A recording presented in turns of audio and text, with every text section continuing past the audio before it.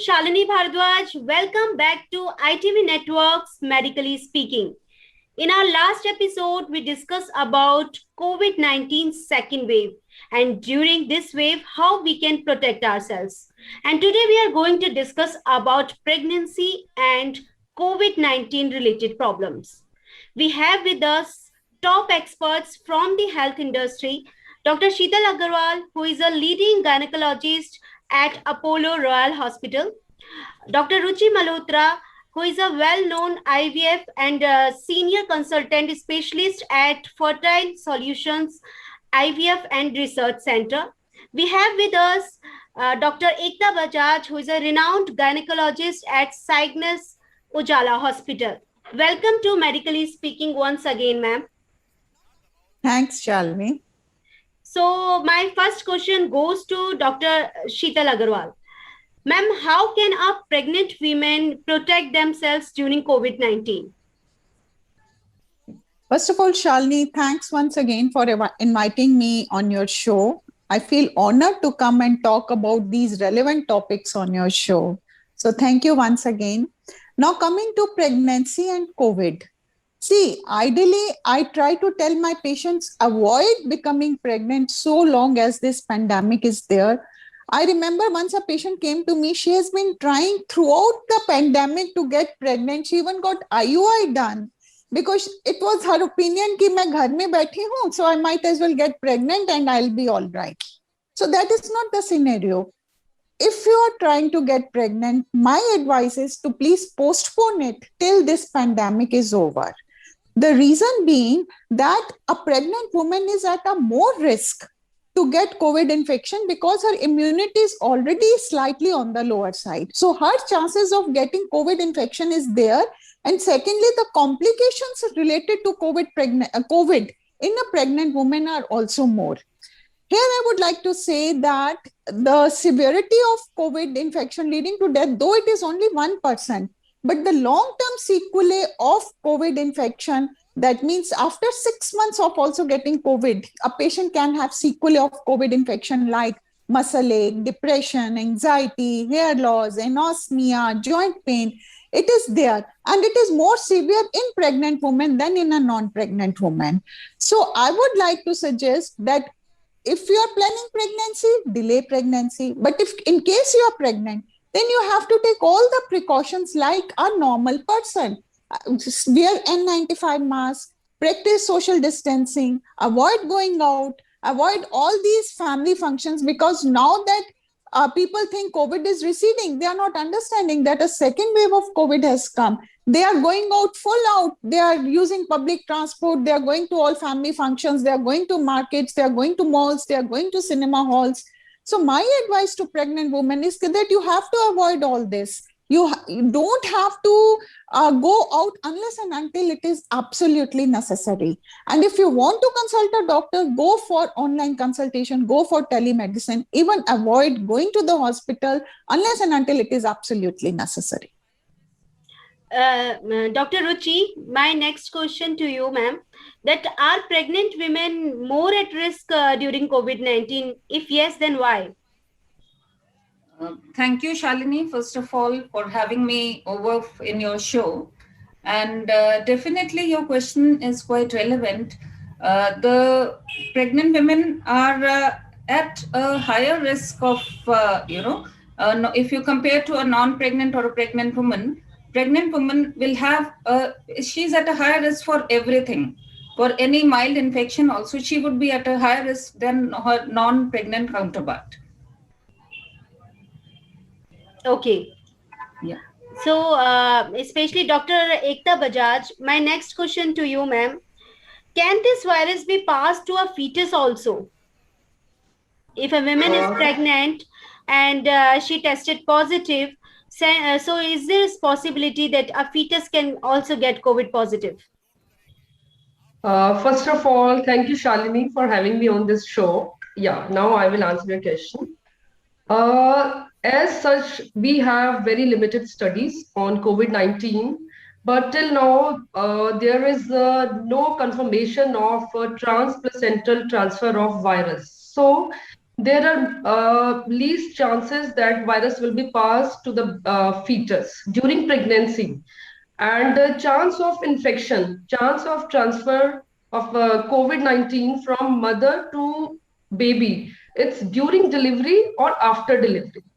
But during pregnancy, till date, studies say there is hardly any chance of transfer. Can I say something in this, Shalini? Yes, ma'am, please continue. Yeah, please. See, a study was done. I agree with Dr. Ekta completely that there is no transplacental spread from mother to the fetus. A study was done in Wuhan, wherein they took a cohort of 29 women. They did not find of COVID positive laboring women. There was no evidence of transfer from a mother to the fetus at the time of delivery. Only one fetus was tested positive, but that was tested positive on day 3 of the delivery. So it is not known whether it is from the mother to the fetus or after delivery when the mother hold the baby that it was transferred.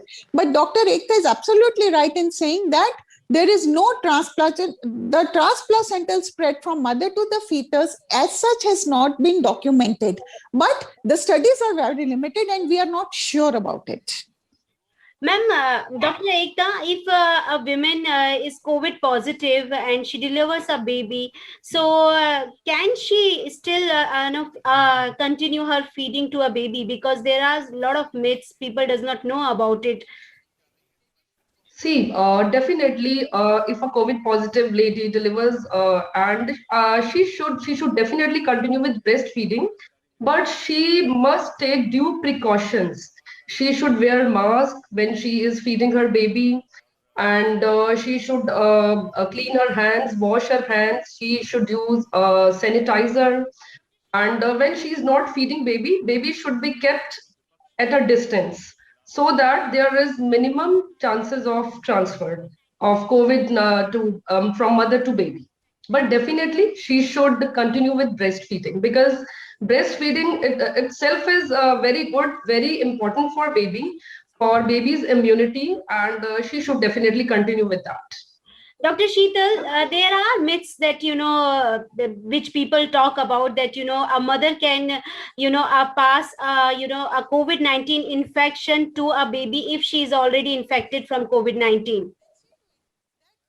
No, it is a myth. As it is, I have already told you, and Dr. Ekta has also said, there is no transplacental spread. She cannot, it is not documented. We do not know. There could be, but so far the studies are saying that there is generally no transplacental spread. Secondly, if we talk about breastfeeding, yes, I'm coming to that, Shalini. If you are breastfeeding the child, then see to it that you are just like Dr. Ekta is saying, sanitize your hands, wear a mask. Immediately after feeding your baby, give the baby to the caretaker. You don't have to hold the baby in your lap for long. Just hold the baby for breastfeeding. Breastfeeding will not transmit the virus from mother to the fetus, to the baby. Rather, breastfeeding will give immunity to the baby, which is very important at this stage, that the baby should be immune. So breastfeeding should not be stopped, but the contact of the mother with the baby should be minimized. It should be, just for the time, just for the breastfeeding. Thereafter, the caretaker will take the baby and we can give rest to the mother. That should be the protocol followed strictly. That's very important. Dr. Ruchi, what kind of precautions, ma'am, you are taking at your center, at IVF centers, because couples are coming to you for consultations and all? Now, once the pandemic is going down, the cases are going down, the IVF couples who have been, postponing their treatment are now looking forward for their treatment, because after all, there's a biological clock for a woman. She cannot keep on postponing her pregnancy for, infinity. She doesn't know. We don't know when this pandemic is going to end. So when this has come down, couples are coming forward, and we are taking all the universal precautions which are directed by the ICMR also, and like maintaining social distancing, not letting the patients wait for long, having less staff in the center. So we are taking these precautions, sanitizing the, hospital. These things have to be taken care if we have to provide a quality care. Dr. Ekta Bajaj, what kind of precautions you take during the delivery, because it has a lot of complications involved, and what kind of care you at that particular time you need to be taken care of, what kind of precautions you take? Shalini, you are asking in reference to delivery? At the time of delivery, when you At go the for time the, of yeah. delivery. Yeah, we have to take universal precautions, and sometimes patients land in emergency and we don't know her COVID status. Maybe she's positive, maybe she's negative, but we have to welcome her, we have to deliver her. So we have to take proper universal precautions. The way we have learned to deal with HIV, HBsAg, and other viral diseases, we have to learn how to deal with COVID-19. And for delivery, we should use when we are conducting delivery and during labor, we have to doctors as well as staff, they should wear proper N95 mask and PP kit and face mask, everything. So all the time they have to, proper precautions have to be taken. And staff, they should work in shifts so that there is minimum exposure. And we should try to use disposable things which we use during OT or during labor, so that infection is now not passed on to other patients. Dr. Sheetal, conducting a delivery at that particular stage when nobody was aware about COVID-19, it must be a difficult task, because I met so many doctors and they shared, their experience that wearing a PPE kit, sometimes they get full of sweat. It's so difficult for them to handle that particular situation. So what you would like to share about that particular experience? Shalini, I would like to share a very interesting experience. One day I got an emergency call from my hospital that a patient has come and leaking and she requires emergency cesarean. So I went. Patient told ki I got COVID done and 4 or 5 days back I'm negative. Anyway, it was an emergency. We wore our PPE kit. We sent the COVID sample. I'm telling you this story when the epidemic was at its peak and there was complete lockdown. We took all the precautions.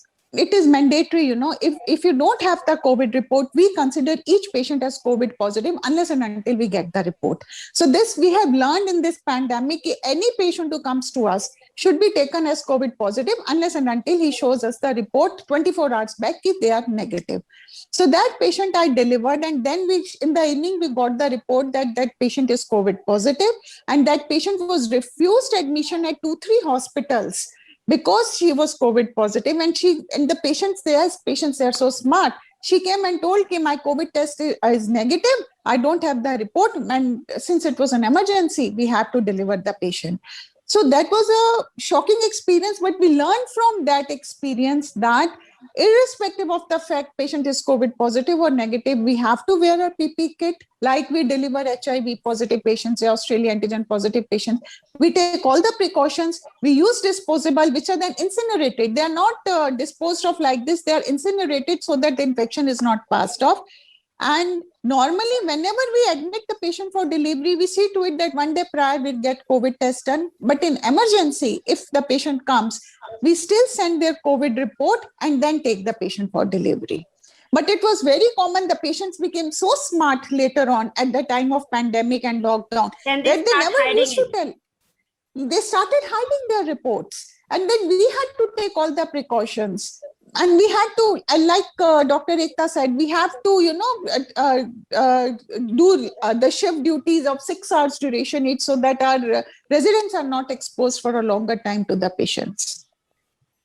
Dr. Ruchi, ma'am, again, cases are rising. Do you think it is a right time for those people who wants to go for IUI or IVF treatment? They should go for this treatment right now, because again, the number of cases are increasing. What you would like to say?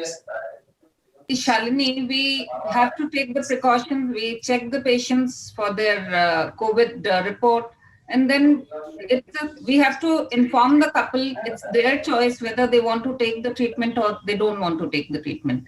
We have to give them a proper counseling that pandemic is there, if they can wait for some time, it is better. But if they are unable to wait, then we are okay to do the treatment, provided all the precautions are taken.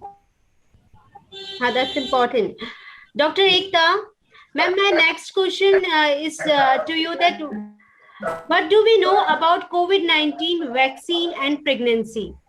Because people does not know that, they should go for vaccination or not. If they want, they should go for the vaccination, then what are those guidelines which we already have? So please tell us, our viewers, about it. Yeah, till date, COVID-19 vaccine, it is not recommended for pregnant women and lactating women. It is contraindicated till date because we have limited study and this vaccine is quite new. And there are no studies on pregnant ladies and breastfeeding mothers. So they cannot go for vaccination. It is not recommended till date. Ma'am, Dr. Sheetal. Now, I would like to add something. When this vaccine came, Shalini, it was not recommended. But now the latest guideline says, according to WHO and our American College of Obstetricians and Gynecologists, pregnant women should be vaccinated for this. It is just like, they are being vaccinated against SARS also. So they are saying if the pregnant women are getting vaccinated against SARS, it is high time. Pregnancy, and this is the latest guidelines I'm discussing, pregnancy and lactation, the vaccination should be given because this will avoid the complications in the pregnant woman also. They may get the disease even after getting the vaccination, but the severity of the disease will be low.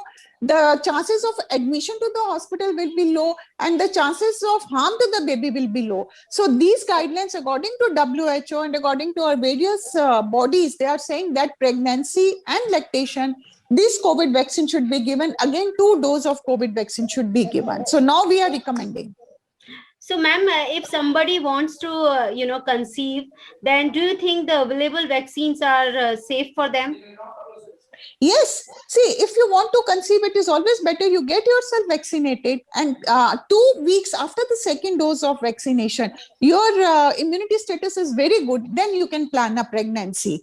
This is very important. If you are planning a pregnancy, better get vaccinated. Get both the 2 doses. After 2 weeks of the second dose, when your antibody titer is very high, then you can start planning your pregnancy. And if you are pregnant and lactating, you should go for vaccination.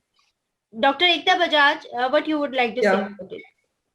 Yeah, actually, I came to know through ma'am only that it is recommended according to latest guidelines, but definitely I need to check on that. And please go ahead. And what about status in India? See, these guidelines have come from American College of Obstetrician and Gynecologists, and WHO has also given these guidelines that the pregnant women should be vaccinated. But as you can see, the drive in our country, now we are vaccinating only people above 60 years and above 45 years with comorbidities. So they have not yet included pregnancy and lactation, as you know, in this drive. But later on, as the things open up, I'm sure the government is going to come with the clear guidelines that once it is open to all the people, that vaccine should be given to pregnant and lactating women. I would like to add something. Please. Shalini, can I say something? Yes, please. Yeah, actually, safety of these vaccines, it is not established yet. And 17 countries, they have banned Covishield vaccine, So according to my knowledge, I won't like to use in my patients, even if it is recommended below 45. Yeah, Dr. Ruchi. There wouldn't be any, long-term trials. Like 9-month period is a long-term period for a pregnancy to go on. So there wouldn't be any trials that time. We are just giving the vaccine and we are seeing the response. We don't know what it's really going to do. See, Covishield was banned, but now the latest AstraZeneca has come up with the report that the severity of these symptoms are not that bad. And so, US has given permission also. Yes, US has given permission. See, these things will keep on coming. The controversy will continue. It will continue. Today, Covishield is when tomorrow something will come against Covaxin. I remember in USA, a study had come that with Pfizer, 2-3 people have died with the Pfizer vaccine. So these controversies will continue only. There's no end to it. It's for a pregnant lady and her child and her fetus. That's the thing. See, we are not sure. There's no studies have been done, but WHO has come with the recommendation that it should be given in the pregnancy based on the earlier trials that SARS vaccine is being given to the pregnant woman. So WHO has come with the recommendation that it should be given to the pregnant woman. This is the latest guidelines that have come. Okay. Ma'am, we discussed about the delivery, the consequences of COVID-19 during at the time of delivery and all. So what are the consequences after post care which is required for every female after the delivery? How it has affected those particular cases? Shalini, same precautions have to be continued even in the post-delivery period. Likewise, I have told you the immunity is slightly low during pregnancy and during lactation. A woman is susceptible to it. So you have to take all those adequate precautions like you were taking at the time of delivery, or face mask, wearing face mask, social distancing, hand sanitizing. Tell my patients whomsoever I deliver that please minimize the number of visitors to the ward, because we don't know which visitor is a carrier and which is not a carrier. So I'm very strict. I don't let many visitors, rather I limit them to only one visitor at a time, and I don't let them touch the child or take the child in their hands. And I tell them that even if you have come to visit the mother, new mother, just maintain a distance of 6 to 8 feet, see her and then go back. You don't have to sit and chat with her. So this I instill in my patients also, that once you go home, still also you be very careful. Don't let many people come and see you and the new baby. That's important. Dr. Ekta, in your OPD, you must be meeting so many patients on the daily basis. Still, people are taking precautions, or they have stopped taking precautions because number of cases are increasing daily. Yeah, number of cases are definitely climbing up, and but attitude of people is already changed, and people are taking it casually. They are taking it lightly. They are not taking it that seriously as they used to take it in earlier times. But in clinic, we definitely try to maintain norms, which we should. But definitely, people are not taking proper precautions. They don't like to wear mask. If they are wearing mask, they will touch, they will remove, such kind of things. These are happening now. Dr. Ruchi, COVID-19 is striking back. What you would like to say? What kind of guidelines you are discussing with your patients?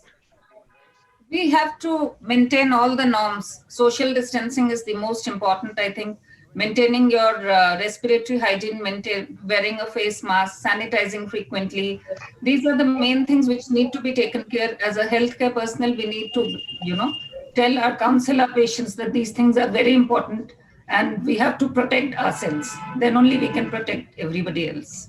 Dr. Ekta Bajaj, what kind of, especially in this particular, what can be the reason behind it?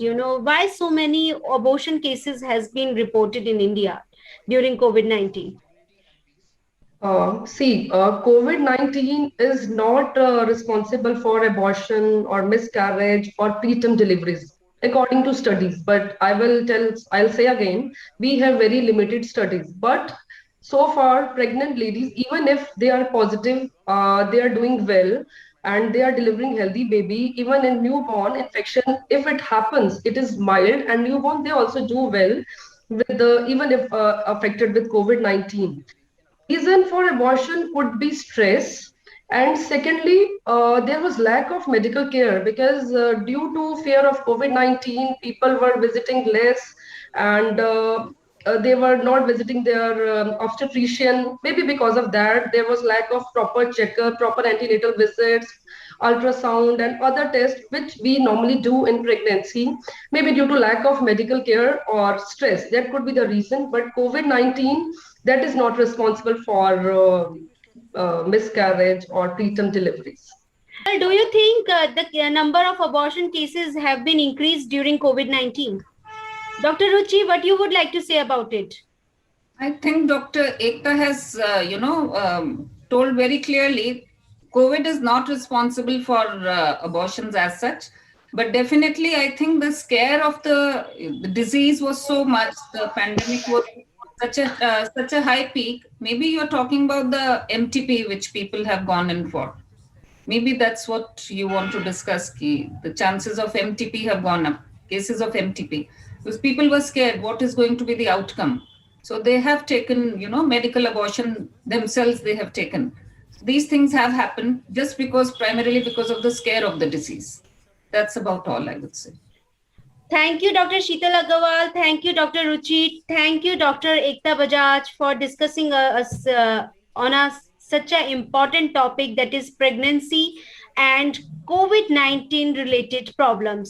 Thank you for joining us on Medically Speaking.